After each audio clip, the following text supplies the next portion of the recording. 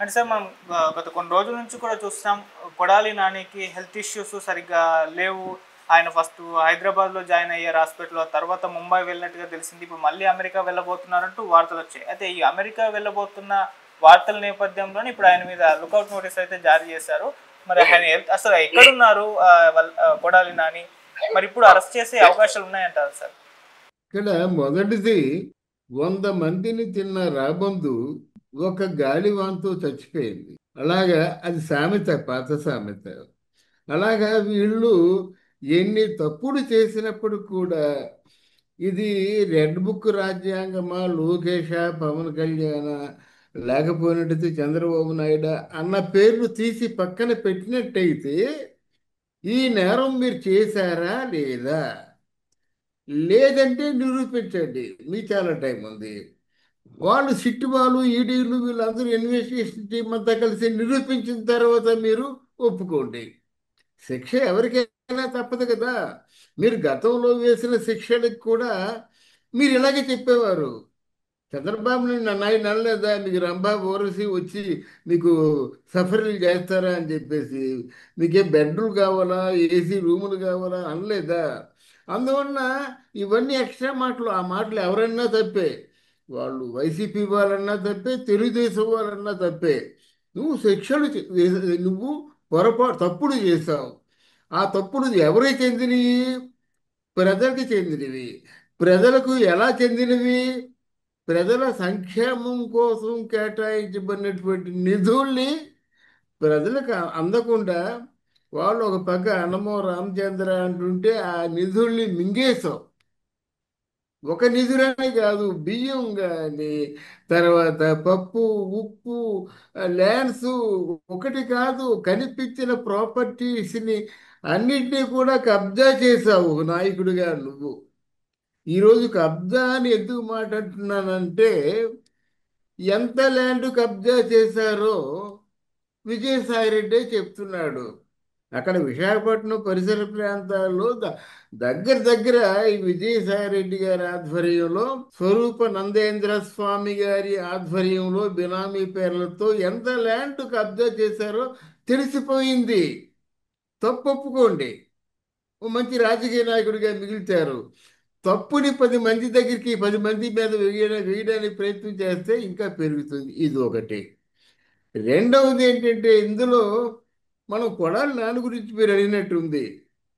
ఇక్కడ కొడాలి నాని ఏంటంటే రాజకీయాల్లో పనికిరాని ఒక వెర్రి పుష్పం. ఎందుకంటే ఆ భాష ఏమిటండి?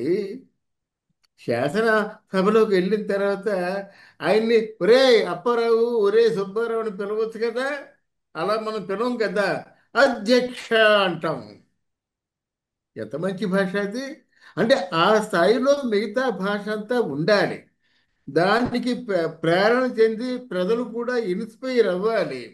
అందులో వాదోపవాదాల్లో మంచి వాదాన్ని వాళ్ళ గుండెల్లో ఉంచుకొని వాళ్ళు కూడా రేపటి తరంలో ఒక రాజకీయ నాయకులుగా ఎదగాలి. ఇది కాకుండా ఎవడమ్మ మొగుడు సొమ్ము, నీ బాబు సొమ్ము, పప్పు ఉప్పు 420 220 ఇవన్నీ ఏమిటండి? ఈ భాషలు కరెక్టేనా? నువ్వు రాజకీయ నాయకుడిగా చేసిన సేవ ఏమైనా ఉందా? నీ మట్టుకు నువ్వు పెరగడం తప్ప క్యాజినోలో కానీ, లేకపోయినట్టు ఇంకేదైనా ఆ, మిగతా ఆ, దాన్ని ఏమిటి, ఒక చాలా ఆయన నిర్వహించాడు. అంటే అక్కడ నిర్వహించినటువంటి ఈ లిక్కరు దందాలో కానీ, భూముల దందాలో కానీ చాలా నిర్వహించాడు. ఏ గుడివాడ ప్రజలైతే ఆయనకి పట్టం కట్టారో ఆ గుడివాడ ప్రజలే చీకొట్టారు అన్నమాట. ఇంకా అలాంటి వాడు ఇక్కడ అక్కడ ఎక్కడో తిరగడం అన్నది అది సమంజసం కాదు. నేడో రేపో కొడాలి నాన్ని కూడా అరెస్ట్ చేస్తారు. కాదంటే వైసీపీ తాలూకు సోషల్ మీడియా చాలా బాగా వర్క్ చేస్తుంది. ఎలా వర్క్ చేస్తుందంటే వైఎస్ఆర్ కాంగ్రెస్ పార్టీ తాలూకు సోషల్ మీడియా ఇది నిజమేనేమో అని భ్రమించేలాగా ఆ పోస్టులు పెట్టడం కానీ, ఆ ట్వీట్లు పెట్టడం కానీ, ఇట్లాంటి ఒక జంతర్ మంతర్ మాయాజాలాన్ని సృష్టించి ప్రజల్లో ఒక ఆందోళన కలిగిస్తుంది. ఎవరు ఏ రకమైన ఆందోళన చెందవలసిన అవసరం లేదు. తప్పు చేసే వారికి శిక్ష పడాలి. అదే విషయాన్ని చంద్రబాబు నాయుడు అండ్ పార్టీ కూడా చెప్పా. అంటే నా తాలూకు ఎనాలిసిస్లో తప్పులు చేసేవాడిని నిజంగా తప్పు వల్ల ప్రజలందరూ బాధపడినట్టయితే, ఇంతమంది బాధ పెట్టినటువంటి ఆ తాలూకు ఎవరైతే విక్టిమ్ ఉంటారో, ఎవరైతే సంఘ విద్రోహ శక్తి ఉంటాడో ఆయన్ని అరెస్ట్ చేయాలి. ఆయనకి ఏంటంటే ఆయన్ని చూసిన తర్వాత మిగతా వాళ్ళు ఆ తప్పు చేయకుండా వాళ్ళకి కనువిప్పు కలగాలి, భయభ్రాంతులు అవ్వాలన్నమాట.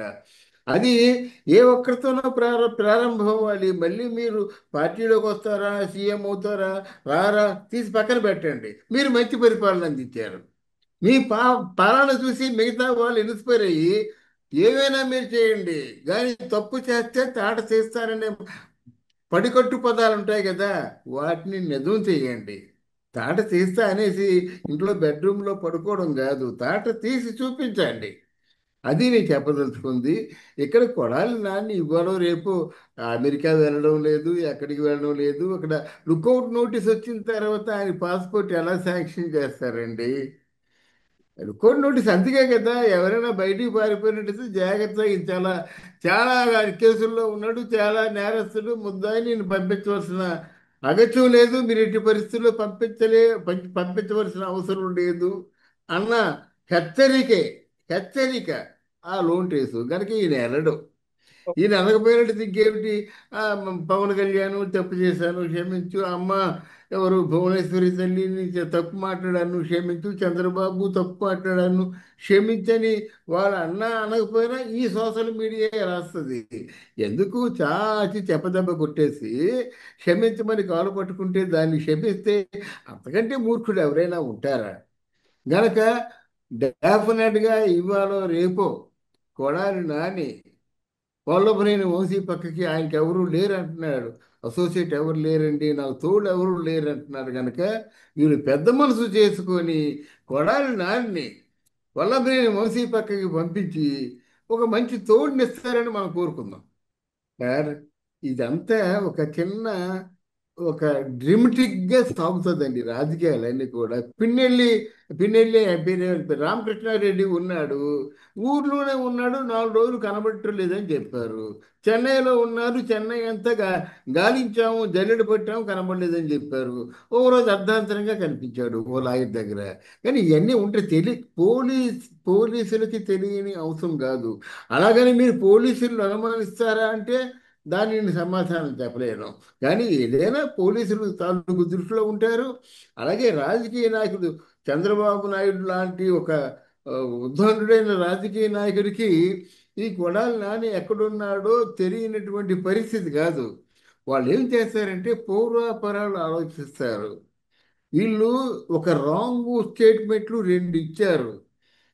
మనకి ఆంధ్రదేశంలో అంతర్యుద్ధం ప్రారంభం అవుతుందన్నారు. అంతర్యుద్ధం అంటే ఏమిటి?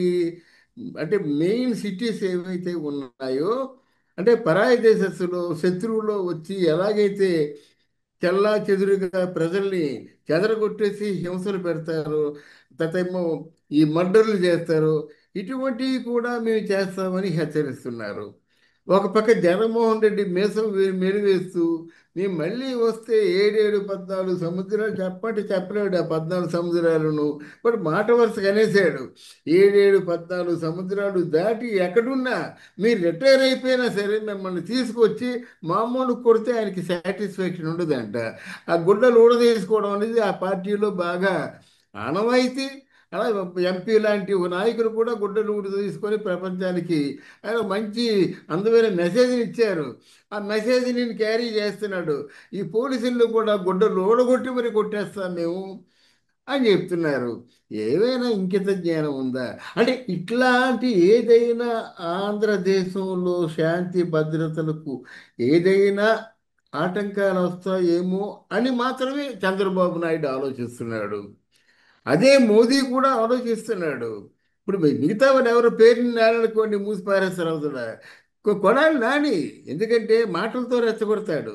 రాజకీయాల్లో కావాల్సింది కర్ర పట్టుకున్నాడు కాదు, కర్ర పట్టుకునేలా చేసేవాడు రాజకీయ నాయకుడు. అర్థమైందా? కొట్టండి వెళ్ళి కొట్టండి అంటే వాడు పూర్తిగా ఓ బిర్యానీ ప్యాకెట్ తింటారు, ఒక హాఫ్ కొడతారు. వెళ్ళి ఎవడు కొట్టమంటే వాడు కొట్టేయడం కదా. తలకాయ బద్దలు కొట్టమన్నా, కాళ్ళు ఇచ్చేయమన్నా, చేతులు ఇచ్చేయమన్నా, కళ్ళు పొడిచేయమన్నా పొడిచేయడానికి సిద్ధంగా ఉన్నారు కూడా లాంటి దగ్గర జనాలు. ఆ విషయంలో కొంత ఆలోచన జరగవచ్చు కానీ డెఫినెట్గా వీళ్ళని కానీ కంప్లీట్గా ఒక బుద్ధి చెప్పి ఇట్లాంటి అగంతకులకి, ఇట్లాంటి ఒక సంఘ విద్రోహ శక్తులకి ఒక మెసేజ్ ఇవ్వకపోతే మాత్రం భవిష్యత్తు రాజకీయ ముఖచిత్రమే మారిపోతుంది. భవిష్యత్తులో రాజకీయాలు అంటే కేవలం మర్డర్లే, మానభంగాలే, సంఘ విద్రోహమే. ఇది మాత్రం నేను సూటిగా చెప్పదలుచుకున్నాను. వాడికి వాటి శిక్ష వేయాలి, తగిన శిక్ష వేయాలి. ఓకే. ఇట్లాంటి శత్రువులు అందరూ కూడా భయభ్రాంతులు అవ్వాలి.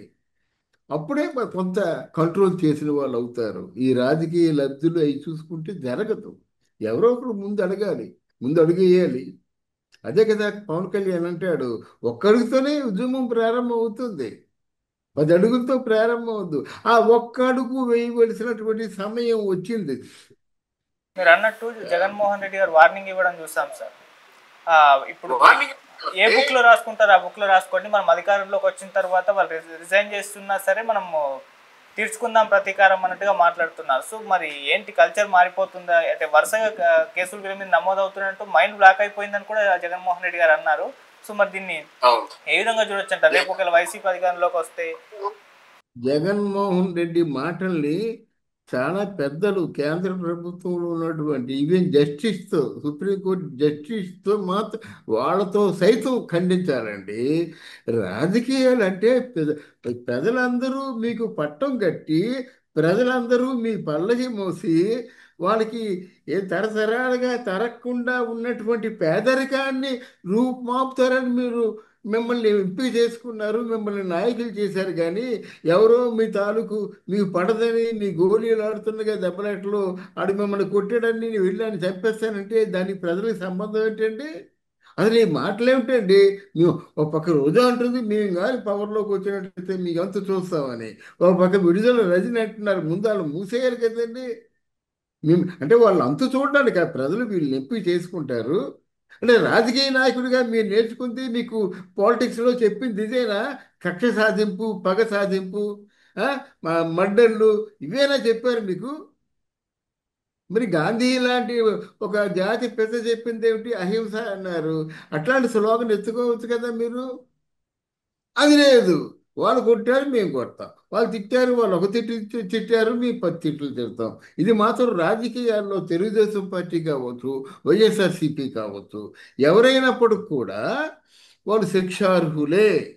అయితే ఇక్కడ మీరు ఒక చిన్న గమ్మత్తు చూసారో లేదో, చంద్రబాబు నాయుడు కక్ష సాధింపు చర్య అనే పేరు రాకుండా ఏదో కేసు ఉంది, దాని మీద విచారణ జరిగింది, ఈడీ తప్పు పట్టాడు, ఫుల్ డాక్యుమెంటేషన్, విట్నెస్ ఉంది, అందువల్ల చట్టం తన పని చేసుకుపోతుంది అనేటువంటి మార్గంలో ఆయన శిక్షలు వేస్తున్నాడు, శిక్షలు పడేలా చేస్తున్నాడు.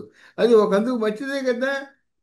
చంద్రబాబు నాయుడు అని శిక్ష వేయటం లేదు, ఆయన ఏదో చేశారట, ఎవరికో ఏదో హాని జరిగిందట, వాళ్ళు కంప్లైంట్ ఇచ్చారు, ఆలోచించారు, న్యాయస్థానం తీర్పిచ్చింది, వాళ్ళు అమలు చేస్తున్నారు. దీనికి నాకు సంబంధం ఏంటి? నా భార్య అన్నప్పుడు నేను ఏమైనా చెప్పానా? ఈ రోజు వరకు నా భార్య ప్రసక్తి ఏమైనా వచ్చిందా?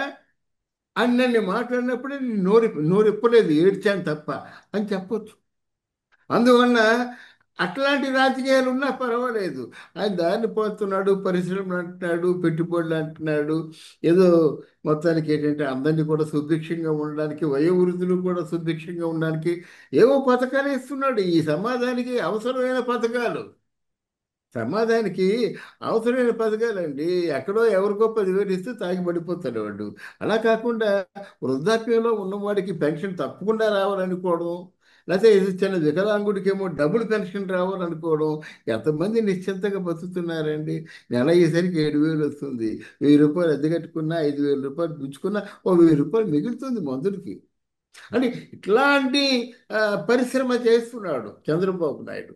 ఈ మరి ఈయన తాలూకు జగన్మోహన్ రెడ్డి తాలూకు ఆంతర్యం ఏమిటో తెలియదు కానీ ఎంత గొప్పగా నటిస్తాడండి.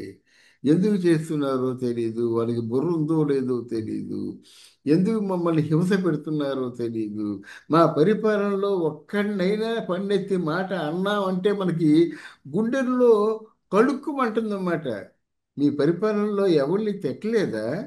అసలు మీ నోరెత్తి తిట్టలే కదా, వాళ్ళ బూతులే కదా. మీ తాలూకు నాయకులన్నీ కూడా బూత్ సిగ్నల్సే కదా ఇస్తారు. ఒక రోజే చాలదు.